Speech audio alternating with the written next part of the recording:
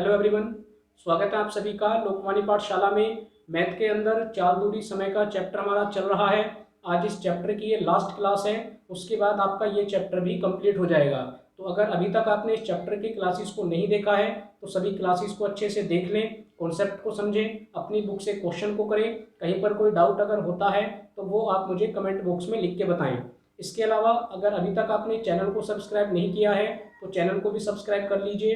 लोकवाणी पाठशाला चैनल का नाम है, खुद भी सब्सक्राइब करें, अपने साथ पढ़ने वाले दोस्तों से भी सब्सक्राइब कराएं ताकि आप सभी को नए कॉन्सेप्ट की जानकारी हो और हर आगे आने वाली क्लास से आप लोग अपडेट रहें। तो आज इस लास्ट क्लास के अंदर मैं आपको 2 क्वेश्चन कराऊंगा, दोनों ही इंपॉर्टेंट क्वेश्चन हैं, एग्जाम में आए हुए क्वेश्चन हैं।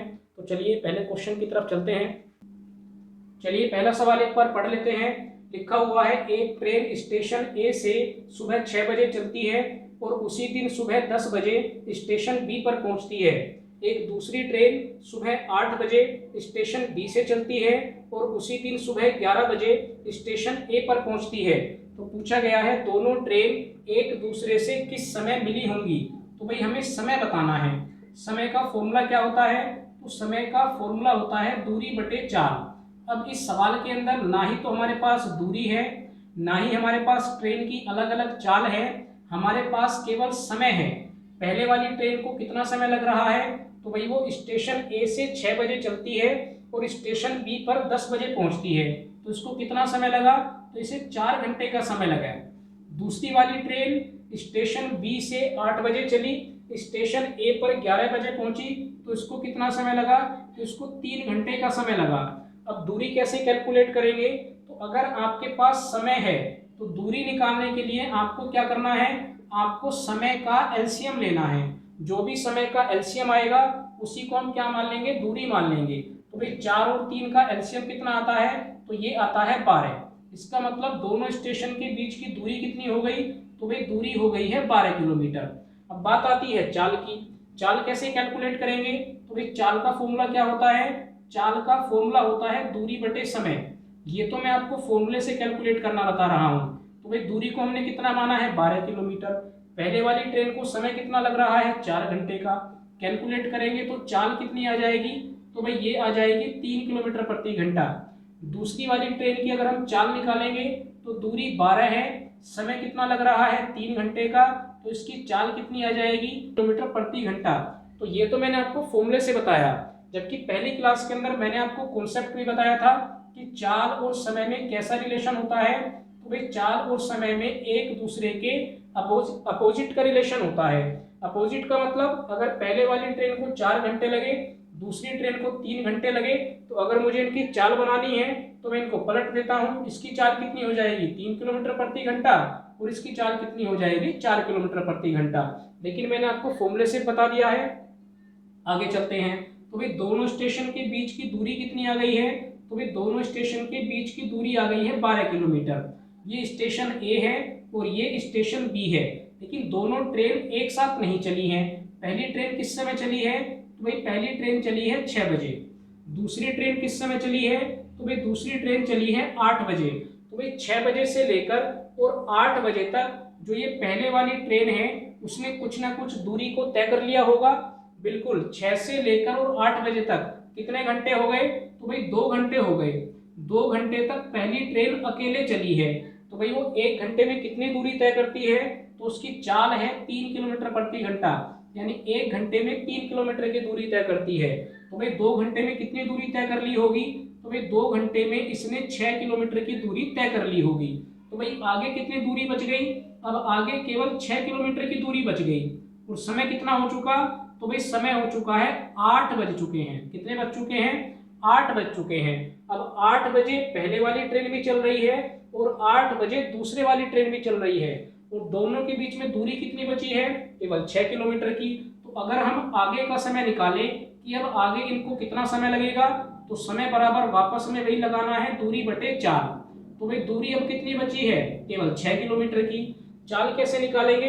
तो ये भी मैंने आपको पिछली क्लास में बताया है कि तब जब दो ऑब्जेक्ट एक दूसरे की विपरीत डायरेक्शन में आते हैं तो चाल को हम क्या करते हैं? चाल को हम जोड़ देते हैं। भाई हम क्या निकाल के लाते हैं? रिलेटिव स्पीड, यानी सापेक्ष चाल। तो दोनों की चाल को अगर मैं जोड़ देता हूं तो ये कितना बन जाएगा, ये बन जाएगा 7 किलोमीटर प्रति घंटा।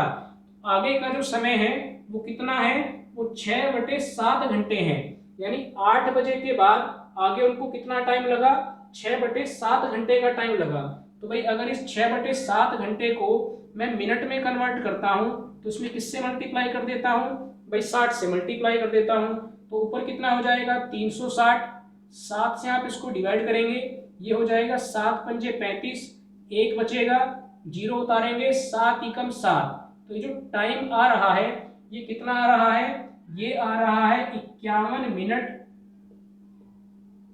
सॉरी 51 सही 3/7 मिनट। कितना समय आया, तो भाई ये आया 51 सही 3/7 मिनट। मैंने इसको मिनट में कैलकुलेट कर लिया। तो 8 बजे के बाद आगे कितना समय लगा, तो भाई आगे समय लगा है 51 सही 3/7 मिनट का। तो हमसे समय पूछा गया है कि किस समय दोनों ट्रेन आपस में मिलेंगी। तो भाई 8:51 सही 3/7 मिनट पर दोनों ट्रेन एक दूसरे से मिल जाएंगी, क्योंकि 8 बजे के बाद वो कितना चली हैं, केवल 51 सही 3/7 मिनट चली हैं। तो समय क्या होगा, तो समय हो जाएगा 8:51 सही 3/7 मिनट। आई होप कि पहला क्वेश्चन आपको समझ में आया हो। चलिए अगला सवाल देखते हैं।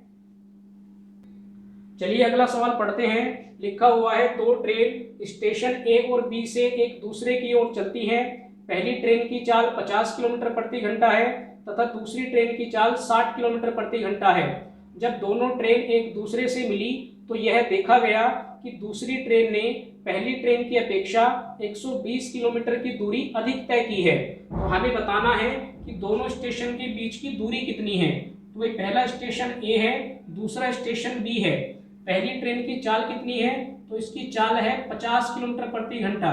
दूसरी ट्रेन की चाल कितनी है, तो भाई इसकी चाल है 60 किलोमीटर प्रति घंटा। सवाल के अंदर कहा गया कि जब ये दोनों एक दूसरे से मिली, भाई कुछ टाइम के बाद जब ये दोनों ट्रेन चल रही हैं तो कुछ टाइम के बाद ये एक दूसरे से मिली होंगी। तो कहा गया कि जब एक दूसरे से मिली तो जो दूसरे वाली ट्रेन थी उसने पहली ट्रेन की अपेक्षा 120 किलोमीटर की दूरी अधिक तय की। भाई बिल्कुल तय करेगी, क्योंकि इसकी चाल ज्यादा है। तो अगर दोनों लगातार चलती रहेंगी तो जो ये वाली ट्रेन है वो अधिक दूरी तय करेगी ही करेगी, क्योंकि इसकी चाल 60 किलोमीटर प्रति घंटा है और इसकी चाल 50 किलोमीटर प्रति घंटा है। तो अगर मैं 1 घंटे पर कैलकुलेट करता हूं कि 1 घंटे के अंदर ये तेज चलने वाली ट्रेन कितनी दूरी अधिक तय करती है, तो भाई ये 50 चलती है, ये 60 चलती है, तो कितनी दूरी अधिक तय करती है, तो भाई 10 किलोमीटर की दूरी अधिक तय करती है 1 घंटे के अंदर। जबकि सवाल में कितनी दूरी अधिक तय की है, 120। तो अगर मैं ये कैलकुलेट करके ले आऊं कि 120 किलोमीटर की अधिक दूरी तय करने में इस ट्रेन को कितना समय लगा होगा, तो जितना समय निकल के आएगा दोनों ट्रेन को हम उतने ही समय तक चला देंगे।